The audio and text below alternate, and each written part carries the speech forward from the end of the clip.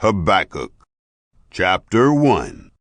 The revelation which Habakkuk the prophet saw. Yahweh, how long will I cry, and you will not hear? I cry out to you, violence, and will you not save? Why do you show me iniquity, and look at perversity? For destruction and violence are before me. There is strife, and contention rises up. Therefore the law is paralyzed, and justice never prevails. For the wicked surround the righteous. Therefore justice comes out perverted. Look among the nations, watch and wonder marvelously. For I am working a work in your days, which you will not believe, though it is told you. For, behold, I raise up the Chaldeans, that bitter and hasty nation, that march through the width of the earth, to possess dwelling places that are not theirs. They are feared and dreaded. Their judgment and their dignity proceed from themselves. Their horses also are swifter than leopards, and are more fierce than the evening wolves. Their horsemen press proudly on. Yes, their horsemen come from afar. They fly as an eagle that hurries to devour. All of them come for violence. Their hordes face the desert. He gathers prisoners like sand. Yes, he scoffs at kings, and princes are a derision to him. He laughs at every stronghold, for he builds up an earthen ramp and takes it.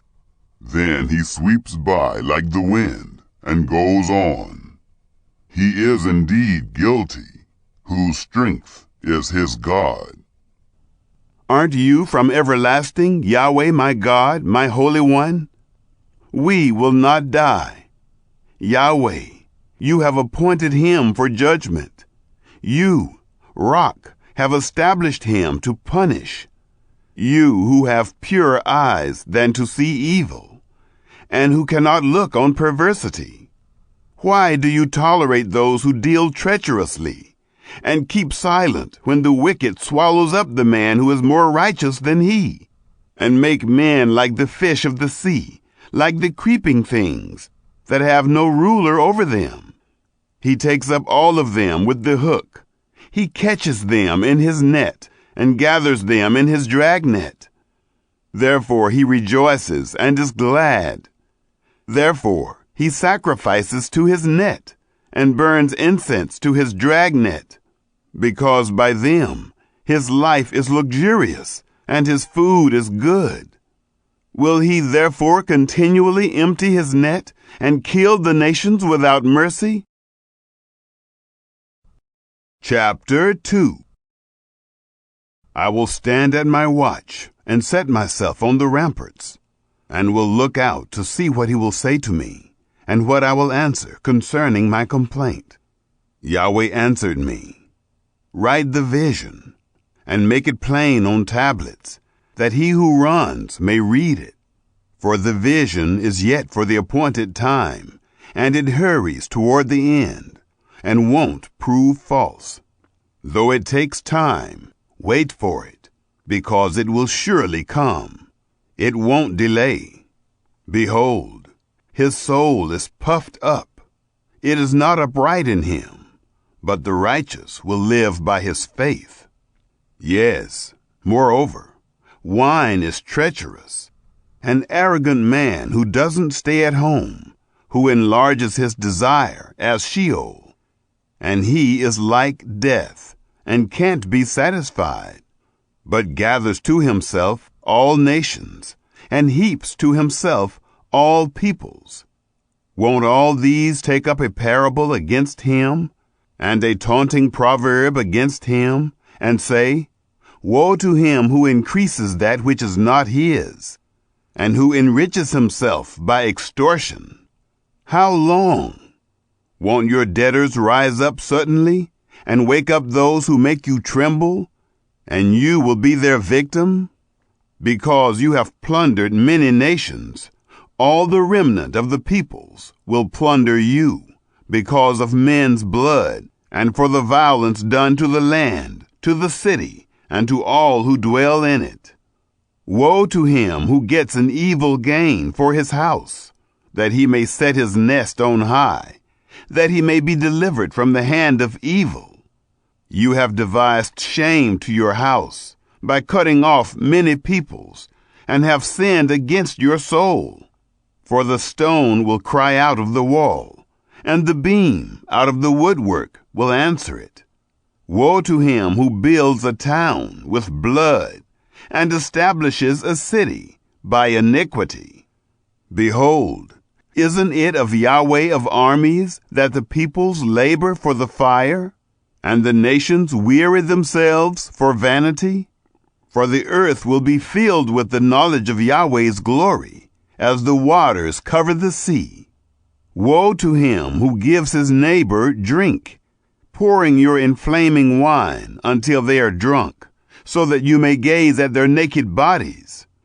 You are filled with shame and not glory. You will also drink and be exposed. The cup of Yahweh's right hand will come around to you, and disgrace will cover your glory. For the violence done to Lebanon will overwhelm you, and the destruction of the animals which made them afraid, because of men's blood, and for the violence done to the land, to every city, and to those who dwell in them. What value does the engraved image have, that its maker has engraved it? The molten image, even the teacher of lies, that he who fashions its form trusts in it to make mute idols. Woe to him who says to the wood, "Awake," or to the mute stone, "Arise." Shall this teach? Behold, it is overlaid with gold and silver, and there is no breath at all within it. But Yahweh is in his holy temple. Let all the earth be silent before him. Chapter 3. A prayer of Habakkuk, the prophet, set to victorious music. Yahweh, I have heard of your fame. I stand in awe of your deeds, Yahweh. Renew your work in the middle of the years. In the middle of the years, make it known. In wrath, you remember mercy. God came from Teman, the Holy One from Mount Paran.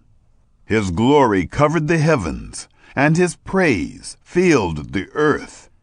His splendor is like the sunrise. Rays shine from his hand, where his power is hidden. Plague went before him, and pestilence followed his feet. He stood and shook the earth. He looked and made the nations tremble. The ancient mountains were crumbled. The age-old hills collapsed. His ways are eternal. I saw the tents of Cushan in affliction. The dwellings of the land of Midian trembled. Was Yahweh displeased with the rivers? Was your anger against the rivers, or your wrath against the sea, that you rode on your horses, on your chariots of salvation? You uncovered your bow. You called for your sworn arrows. You split the earth with rivers. The mountains saw you and were afraid. The storm of waters passed by. The deep roared and lifted up its hands on high. The sun and moon stood still in the sky, at the light of your arrows as they went, at the shining of your glittering spear. You marched through the land in wrath. You threshed the nations in anger. You went out for the salvation of your people, for the salvation of your anointed. You crushed the head of the land of wickedness. You stripped them head to foot. You pierced the heads of his warriors with their own spears. They came as a whirlwind to scatter me, gloating as if to devour the wretched in secret. You trampled the sea with your horses, churning mighty waters. I heard, and my body trembled. My lips quivered at the voice.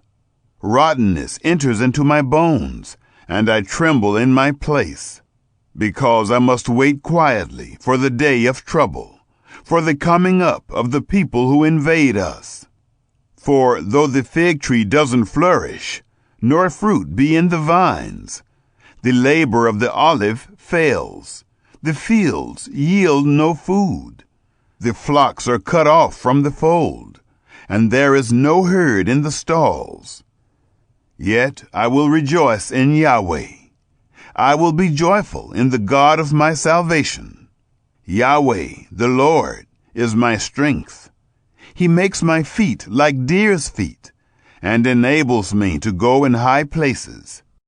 For the music director on my stringed instruments.